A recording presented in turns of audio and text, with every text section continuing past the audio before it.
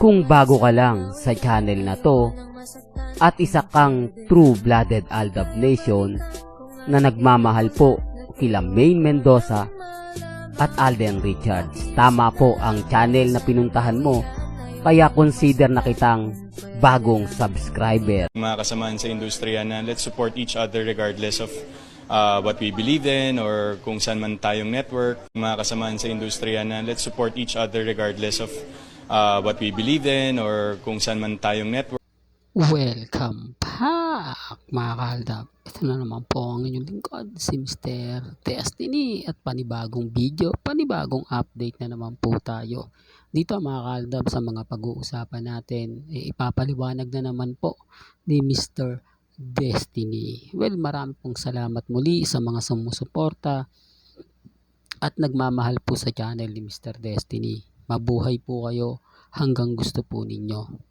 Alam nyo mga kaaldab, sa mga hindi po updated, sa mga gustong lagi ng update kay Alden, kay Maine, at sa mga naliligaw po, dito lang po kayo lagi tututok. Kapag may update tayo, tignan nyo po para updated po kayo, kasi marami pong mga mamis, mga titas, mga senior ang hindi po nila alam talaga yung buong kwento, yung kung saan nagsimula, kung ano nga po ba yung mga pinupunto ni Alden, kung ano nga po ba yung mga gustong ipahiwatig ni Maine.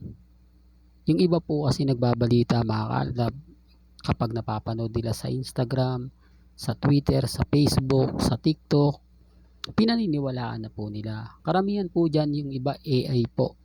Sa atin po actual po na iparirinig ko po sa inyo kung ano yung sinabi ni Alden, kung ano yung pinapakita ni Mengay.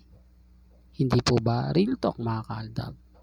Kaya ang sabi ko sa inyo, dito po sa mensahe ni Alden Richards, kung napakinggan ninyo, napakalalim, di po ba? May ibig siyang ipahiwatig sa mga taong, kumbaga, magkakaiba. Yung tipong, anumang network ka, di po ba? Kailangan suportahan nyo ang isa't isa. Doon pa lang magandang paliwanag na po ni Alden Richards, hindi po ba? Medyo kukurot at tatagos po sa mga puso ng mga ilang artista. Kaya lang kung bato na po talaga at kung malalim na po talaga yung galit, hindi po talaga, di po ba? Kaya sabi, suporta na lang. Kung ayaw mo, di ano na lang, di po ba? Hindi mo na kailangan pang iba siraan.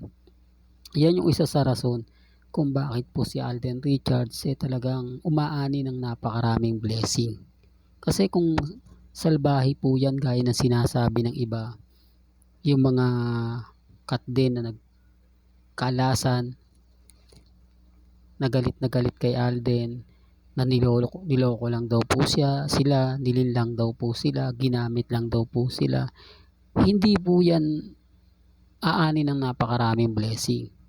Panginoon na agad-agad ang huhusga kay Alden. Hindi po ba? The real talk mga kaaldab.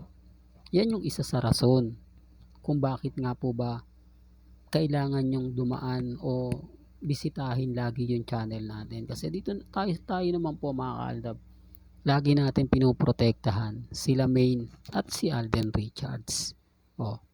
Kaya nga yung iba pong mga nababasa yung kritiko na marami, yan yung mga fans na hindi po nag-click yung gusto nilang karelasyon ni Alden Richards, na mga sinasabihan siyang bakla, manggagamit, hindi po ba? Lahat po yan. Kaya yung iba po na nagko-komento sa channel natin, galit na galit. Kasi nga po, pinoprotektahan natin yung mga bagay-bagay na imposible daw. Hindi po ba? Pero sabi ko nga, hindi naman po ako namimilit. Kung yun ang paniniwala nila, okay. Hindi po ba? Gaya nga po ng in-update natin. Di po ba totoo naman po kay Christopher Martin, Joros at yung mga kasama pong malalapit kay Alden? Sila rin po yung humiling na sana sa next project mo, isama mo kami. Na sana sa isang teleserye mo, isama mo kami. O bigyan mo kami. Anong ginawa niya? Ganyan po kabait si Richard Polkerson. Ganyan po siya ka determinado. Kaya nga sabi ko sa inyo, marami naiinggit kay Alden. Maraming nagagalit, maraming naiinis kasi sandamakmak na endorsement, di po ba? Bakit daw ayaw ipamahagi ni Alden Richards yung mga bago niyang endorsement, sinasolo niya? Alam nyo, sa totoo lang po, Hindi po kasalanan ni Alden yan. Hindi po kasalanan ni Alden kung bakit gusto po sa kanya. Kasi ang endorsement po, hindi naman po pwedeng sabihin na hindi, doon ka na lang sa kabila. Di po ba? Hindi pwedeng tanggihan yan kasi kumbaga endorsement yan eh. Kumbaga gustong maibenta. Alam nyo yung mga yan, kaibigan din ni Alden yung may-ari niyan. O yung mga nagpo-promote kay Alden na, eto Alden, sana naman tulungan mo tong kaibigan namin, bagong negosyo lang siya. Hindi po ba? Na kailangan niyang ganito, kailangan niyang dumami yung benta, ikaw yung magiging endorsement, ganun po yun. Hindi naman makatanggi si Alden Richards, hindi naman pera-pera din po ang labanan dyan. Kumbaga kung gaano po kamahal ang isang kaibigan. Sinasabi ko lang po ito mga kaaldab, sa mga hindi nakakaalam. Sabi ko nga, ito yung isa sa rason kung bakit nyo lagi dapat puntahan si Mr. Destiny at bisitahin. Kasi ako nagpapaliwanag po tayo at syempre, hinihimay po natin yan isa-isa. Well, punta tayo naman kay Mengay. At nabasa na siguro at napanood at napakinggan na rin ni Mengay yung mga kumakalat na buntis siya. Ipinapakita naman po talaga niya na sobrang sexy siya at never po siyang magbubuntis. Yung mga pinapakita ni Mengay taliwas po sa mga kumakalat sa social media. Taliwas po sa mga sinasabi at pahayag ng iilan. Kaya nga kita nyo naman po kung gaano kakalmado at kakampante si Mr. Destiny. Kasi tayo naman po mga kaaldab maraming impormasyong nakukuha. Hindi po katulad ng iilan. Hindi po katulad ng mga taong kumbaga ngayon lang pinanganak, ngayon lang ganito ganyan. Kasi tayo tuloy-tuloy naman po eh. Di po ba? Tuloy-tuloy yung pagbibigay natin ng update. Tuloy-tuloy yung pagbibigay natin ng suporta kina Alden Richards at kay May Polkerson. Bagamat maraming kwento, maraming istorya na keso ganoon, keso ganito, wala naman pong problema yun eh. Ang importante lang naman po mga kaaldab, maging updated ka. Hindi po ba? Kaya kahit ano pong sabihin nila, kahit ano po yung paliwanag nila, okay lang po yan. Basta masaya po tayo. Basta pinapakita at pinararamdam po natin yung suporta na pagmamahal sa the real life couple. Na kahit anong pambabatikos po o ano man po yung sabihin nila, hindi tayo natitinag.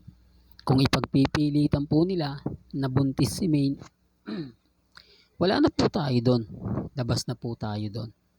At least dito po sa channel ni Mr. Destiny, kahit papaano naliwanagan kayo, kahit papaano nakakuha kayo ng impormasyon na kumbaga magpapalakas, magpapataba ng puso. Hindi po ba totoo? At yung kay Alden naman po, karamihan po ng mga kritiko po niya, yan po yung mga gustong magkaroon ng collab team.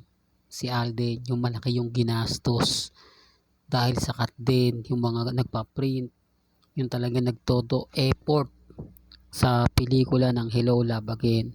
Yan yung isa sa talagang matindi yung galit.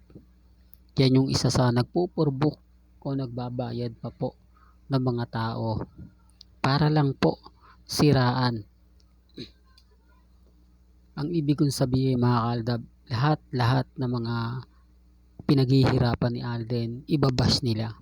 Kaya kita nyo, di po ba, na may mga komento kay Alden na baklaya, manggagamit. Kaya nga imposible po na sa isang channel, puro magaganda lang yung comment, magaganda lang yung feedback, magaganda yung mga nababasa ninyo. Meron din po yun. Kaya lang po, binubura lang po ng admin. Kasi nga po, ayaw ng admin na may mga comment sa kanya na bad. Lahat yun tinatanggal niya. Sa akin, never po. Nakita nyo naman po siguro at nababasa nyo yung mga komento po nila. Kasi ang katwiran ko mga kaaldab, kung gagawin ko yan, wala na rin po akong pinagkaiba sa mga Armin, sa mga Main fanatics, sa mga Alden fanatics. Di po ba? Kaya hinahayaan ko lang po sila. At least sa bandang huli mga kaaldab, magagamit natin yan sa tamang panahon. Hanggang dito na lang po. ang ating latest updates. Kaya kung gusto nyo pa po ng pinaka-latest at sariwang update, abay tumutok lang po kayo dito po sa channel ni Mr. Destiny para updated kayo sa mga bago at sa mga latest na i-upload po natin maya maya lang. Hanggang sa muli, salamat po sa panonood at pakikinig.